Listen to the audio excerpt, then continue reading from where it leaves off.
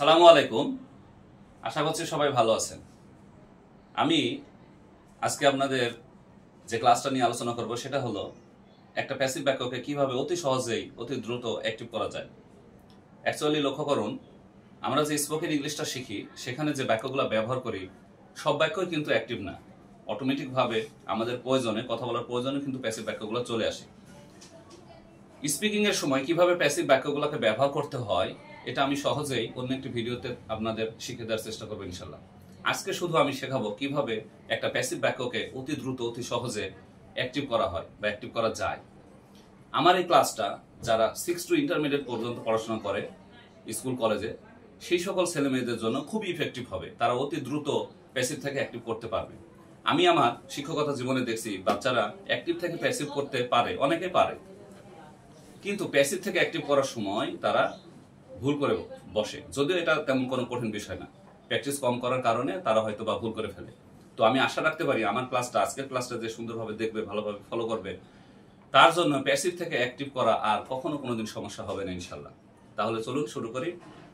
প্রথমেই বলে রাখি টপিকটা কি বলেছি, passive into active. That means how to change a passive sentence into active.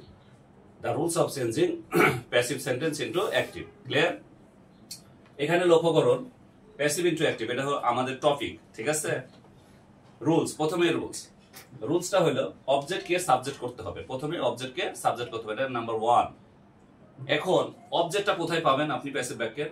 সাধারণত বায়ের পরের অংশ কি আমরা এই এজেন্ট ধরি বা এজেন্ট বলি। এই বায়ের পরের অংশ বা এজেন্ট যদি থাকে সেটাকেই সেই অবজেক্টটাকে সাবজেক্ট করতে হবে। এখন কথা হলো, যদি কোনো কারণে বায়ের পরের অংশ না থাকে তাহলে আপনাকে ধরে নিতে হবে। এখানে লক্ষ্য করুন, অবজেক্ট বা এই যে বায়ের পরের অংশ, তাই হলো অবজেক্ট। অবজেক্ট বা এজেন্ট না থাকলে we, people, they, he, she ইত্যাদি যে কোনো একটি ধরে নেবেন। অর্থ অনুসারে আপনি যে কোনো একটি ধরে নেবেন, ঠিক আছে? আমি ওটা দেখাবো অবশ্য এক্সারসাইজে, এক্সাম্পল আমি দেখাবো কি কোনটা ধরবেন, কিভাবে ধরবেন, অ্যাকর্ডিং টু দা মিনিং, অর্থ অনুসারে আপনি ধরে নেবেন। তাহলে বুঝলাম অবজেক্টকে সাবজেক্ট করব, না থাকলে ধরে নিব অবজেক্ট, অবজেক্ট না থাকলে একটা ধরে নিব, সাবজেক্ট বানাই নিব, ঠিক আছে? তারপরে ভার্ব। এখন ভার্ব তো অনেকগুলা, কখন কোনটা কিভাবে ব্যবহার করবেন এটা আমি নোটের মাধ্যমে একটু পরে বলতেছি। তারপরে সাবজেক্টকে করবেন অবজেক্ট। আর যদি ডাবল অবজেক্ট থাকে, দেখুন ডাবল অবজেক্ট থাকলে পাশাপাশি বসবে। ইয়েস, ডাবল অবজেক্ট থাকলে পাশাপাশি বসাবেন, না থাকলে বসাবেন না। পরে হলো এক্সট্রা বা অতিরিক্ত। এক্সট্রা বা অতিরিক্ত সব বাক্যে থাকে না, সাধারণত প্রিপোজিশন সহ অংশগুলো অতিরিক্ত হয়। এই অতিরিক্ত অংশ থাকলে বসাবেন, না হলে নাই। তাহলে মোটামুটি 3টা পরিবর্তন করলেই passive sentence will change into active. কিভাবে? অবজেক্টকে সাবজেক্ট করতে হবে, ভার্ব দিতে হবে, আর সাবজেক্টকে অবজেক্ট করতে হবে, এটা মূল বিষয়।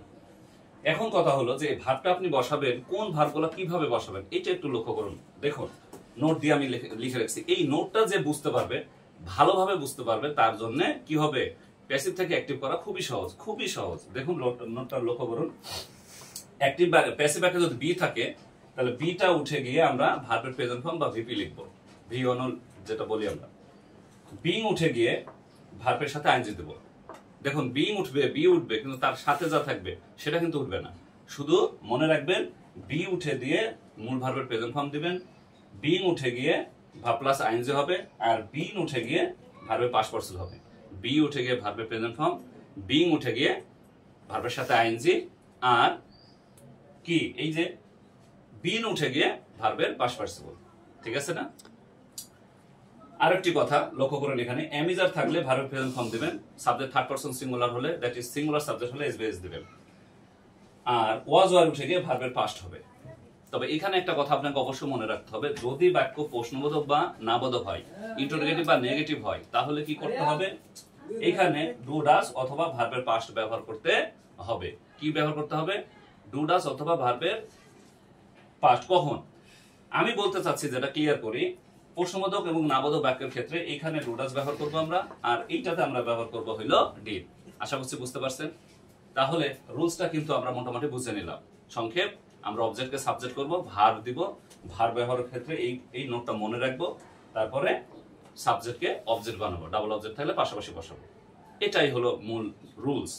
এখন এইটা কিভাবে বাক্যে আপনি অতি সহজে ব্যবহার করবেন সেটা একটু দেখাই দিই এখানে এক্সাম্পলের মাধ্যমে। লক্ষ্য করুন, example number 1, the work should be done by us.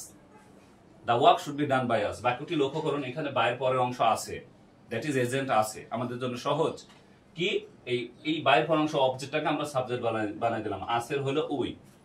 এখানে আছে লক্ষ্য করুন শুড বি, তাহলে আমি বলেছি বি উঠে যাবে, এই যে বিটা উঠে গেল, থাকলো হলো শুড, এই শুড এখানে। এখন বি উঠে গেলে ভার্বের প্রেজেন্ট ফর্ম, তাহলে মূল ভার্বটার প্রেজেন্ট ফর্ম, একটা সহজ ভার্ব লিখছি ডান, ডানের প্রেজেন্ট ফর্ম হইলো ডু, এই যে ডু দিলাম, সাবজেক্টের অবজেক্ট দা ওয়ার্ক। এখানে অতিরিক্ত অংশ নাই বা ডাবল অবজেক্ট নাই, সেহেতু শুধু তিনটাই। এই আমরা অবজেক্টের সাবজেক্ট করলাম, নিয়ম অনুসারে ভাবটা দিলাম, বি উঠে গেলে ভার্ব প্রেজেন্ট ফর্ম, শুড ছিল আগে থেকেই, তারপরে কি সাবজেক্টের object, that is we should do the work. Okay, পরে বাক্যটি লক্ষ্য করুন, fire is used in daily life.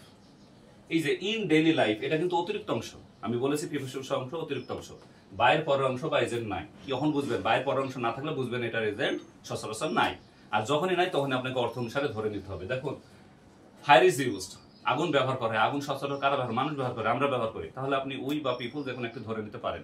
আমি এখানে উই ধরে নিয়েছি, তাহলে কি হলো, উই ধরে নিলাম, সাবজেক্ট করে নিলাম। এবার অ্যামিজার উঠে গেলে ভার্বের প্রেজেন্ট ফর্ম ইউজ, ব্যবহার করলাম ইউজ, এই যে ইউজড এর present form use, subject object fire, এবার অতিরিক্ত অংশটা শেষে দিয়ে দিলাম, that is we use fire in daily life.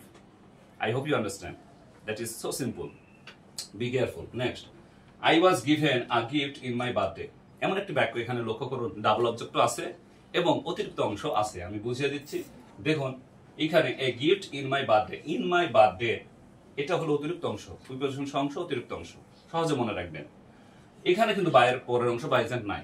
একইভাবে আমরা একটা ধরে নিব যে আমার জন্মদিনে আমাকে একটা গিফট দেওয়া হয়েছিল, ধরে নিলাম সে দিয়েছে, তাহলে ধরলাম শি, শি ওয়াজ আর উঠে গেলে ভার্বের পাস্ট দিলাম, শি গেভ, গিভের যে গিভের পাস্ট ফর্ম কি gave, she gave, subject object me.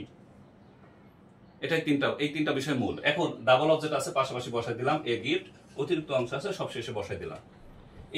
এই বাক্যটা এমন একটা বাক্য যেখানে ডাবল অবজেক্ট আছে এবং অতিরিক্ত অংশ আছে, এবং সহজে এটা করবেন, ঘাবড়ানোর কিছু নাই। অবজেক্টের সাবজেক্ট হলো, নিয়ম অনুসারে ভার্ব বসালাম, ভার্বের ফর্ম দিলাম, আবার সাবজেক্টের অবজেক্ট, ডাবল অবজেক্ট পাশাপাশি বসলো, এই যে ডাবল অবজেক্ট আছে পাশাপাশি বসলো এখানে, তারপরে অতিরিক্ত অংশটা আমরা শেষে বসাই দিলাম। একদম নিয়ম অনুসারে ধরে ধরে করবেন, বুঝবেন, একটা প্র্যাকটিস করলে দ্যাট ইজ ইজি। ওকে, পরে বাক্যটি লক্ষ্য করুন, প্রশ্নবোধক হলে কেমন হবে। অনেক প্রশ্ন, স্যার অ্যাসার্টিভ তো বুঝলাম, প্রশ্নবোধক নাবোধক ক্ষেত্রে কি করি আমরা, কিভাবে করা যায়, এটাও সহজ। Were was it found by you, এটা একটা ইন্টারোগেটিভ সেন্টেন্স। তাহলে ইন্টারোগেটিভ সেন্টেন্স আমরা জানি প্রথমে ভার্ব থাকে, ওয়ার ছিল, ওয়ার প্রথমে বসাই দিলাম, ওয়াজ ওয়ার থাকলে প্রশ্নবোধকের ক্ষেত্রে বুঝেছি, তাহলে ডিড, প্রশ্নবোধক নাবোধক হলে কি ডিড, এই যে ব্যবহার করলাম ডিড, তারপরে এই যে বাইরের পরের অংশ সাবজেক্টটা নিব ইউ, তাহলে ওয়ার ডিড ইউ, ফাউন্ডের প্রেজেন্ট ফর্ম ফাইন্ড। মনে রাখতে হবে ডু ডাজ ডিড অ্যাকশন ভার্বের ক্ষেত্রে সবসময় ভার্বের মেইন ভার্বের প্রেজেন্ট ফর্ম বসে। তাহলে ফাইন্ড, সাবজেক্টের অবজেক্ট এই যে ইট এখানে দিয়ে দিলাম, ঠিক আছে। তাহলে বাক্যটা দাঁড়ালো কি, where did you find it, so easy. Okay, পরে আর কি বাক্য লক্ষ্য করুন, they were not invited to the party. এখানেও কিন্তু বাইরের পর অংশ নয়। দেখুন ম্যাক্সিমাম বাক্যে কিন্তু বাইরের পর অংশ থাকে না অনেক সময়, আর আমরা মনে করি বাইরের পর অংশ না থাকলে গুবলা ফেলি। এটা ভয়ের কিছু নাই বা টেনশন করার কিছু নাই, বাইরের পর অংশ নয়, জাস্ট একটা ধরে নেবেন, যে কোনো কিছু ধরে নিতে পারেন। তবে পয়েন্ট টু বি নোটেড, যে সাবজেক্টটা ধরবেন সেই সাবজেক্ট অনুসারে কিন্তু ভার্ব বসাবে, এটা মনে রাখতে হবে। সেটা হি ধরলে জানেন, প্রেজেন্টের ক্ষেত্রে হি ধরলে ভার্বের সাথে এসবিএস করতে হয়, এটা মনে রাখতে হবে আপনাকে, ঠিক আছে না। লক্ষ্য করুন এটা কি আছে এখানে, they were not invited to the party, এখানে বাইরের পর অংশ নাই, নট বাক্য, এটা নেগেটিভ বাক্য নাই, আমরা ধরে নিলাম কি উই, তারপর ওয়াজ এর বদলে ডিড দিলাম, সাথে নট ছিল, নটটাও দিয়ে দিলাম, ইজি। উই ডিড নট, সাবজেক্টের object, we did not, verb দিব, ভার্বের প্রেজেন্ট ফর্ম কি invite, we did not invite, সাবজেক্টের অবজেক্ট দেয়ার দেব। তাহলে বাক্যটা কি, অ্যানসারটা, the answer is we did not invite them, ঠিক আছে না। পরে আরেকটি বাক্য আছে, দেখুন লক্ষ্য করুন, they have been said by us, এখানে বাইরের পর অংশ আছে, দ্যাট ইজ ইজি। তাহলে কি করলাম, আসের উই করলাম, এই যে বিন উঠে গেল, আমি বলেছি বিন থাকলে উঠে গেলে ভার্বের পাস্ট পার্সন হবে, তাহলে বিন উঠে গেল, হ্যাভ আগে থেকেই ছিল থাকলো, উই হ্যাভ, এই যে ভার্বের পাস্ট পার্সন সেড দিয়ে দিলাম। এখানে অবশ্য পাস্ট পার্সন ছিল, প্যাসিভ মানে পাস্ট পার্সন আমরা জানি। প্যাসিভ মানে মনে রাখবেন হলো বিভার সহ ভার্বের পাস্ট পার্সন, যে বাক্যটা সেটাই প্যাসিভ, বাই থাকুক বা না থাকুক। একটি কথা মনে রাখবেন, point to be noted, passive বাক্য অর্থ হলো বিভার প্লাস ভার্বের পাস্ট পার্সন। এখন বাই থাকুক বা না থাকুক, এজেন্ট থাকুক বা না থাকুক, থাকলে ভালো, না থাকলে আপনি ধরে নেবেন, নিয়ে এই ভার্বের নিয়ম অনুসারে রুলস প্যাসিভ থেকে অ্যাক্টিভ করার নিয়ম অনুসারে আপনি চেঞ্জ করবেন। এই বাক্যটা লক্ষ্য করুন, they have been sent by us. তাহলে আজের উই করলাম, বিন উঠে গেল, তাহলে উই হ্যাভ এই যে ভার্ব ফার্স্ট পারসন সেন্ট দিলাম, এবার দিলাম কি সাবজেক্টের অবজেক্ট। সহজ না? আশা করি আপনাদের বুঝতে সহজ মনে হয়েছে। এখন দেখুন, তাহলে আমার আজকের টপিকটা ছিল প্যাসিভ থেকে অ্যাক্টিভ কিভাবে সহজে করা যায়। আমার এই ক্লাসটা করার পরে যদি আপনি বুঝতে অসুবিধা হয় তাহলে অবশ্যই ধরে ধরে করতে পারেন, পজ দিয়ে দিয়ে দেখতে পারেন এবং খাতা কলমে প্র্যাকটিস করতে পারেন। বিশেষ করে যারা 6 টু ইন্টারমিডিয়েট স্টুডেন্ট স্কুল কলেজে পড়ে তারা প্যাসিভ থেকে অ্যাক্টিভ করার টেনশনে থাকলে বা অসুবিধা থাকলে খুব সহজেই আমার ক্লাসটি ফলো করে প্যাসিভ থেকে অ্যাক্টিভ করতে পারবেন ইনশাআল্লাহ। আশা করি সবাই বুঝতে পারছেন। এই ক্লাসটা কিভাবে আপনি কাজে লাগাবেন সেটা অবশ্যই খাতা কলমে, যারা স্টুডেন্ট তার খাতা কলম নিয়ে বসে করলে খুব সহজে বুঝতে পারবেন এবং এই ক্লাসটা করার পর থেকে আর কখনো প্যাসিভ থেকে অ্যাক্টিভ করা নিয়ে কোনো ঝামেলা হবে না, এই আশা আমি রাখতে পারি। আমি আবারও নতুন একটা ভিডিও নিয়ে আপনাদের সামনে হাজির হব ইনশাআল্লাহ, কোনো একটি নতুন টপিক নিয়ে। সেই পর্যন্ত সবাই ভালো থাকবেন। আর আমার চ্যানেলটি সাবস্ক্রাইব করে, ইউটিউব চ্যানেলটি সাবস্ক্রাইব করে এবং ফেসবুক পেজটি ফলো করে আমার পাশেই থাকবেন। সবাইকে ধন্যবাদ। আসসালামু আলাইকুম।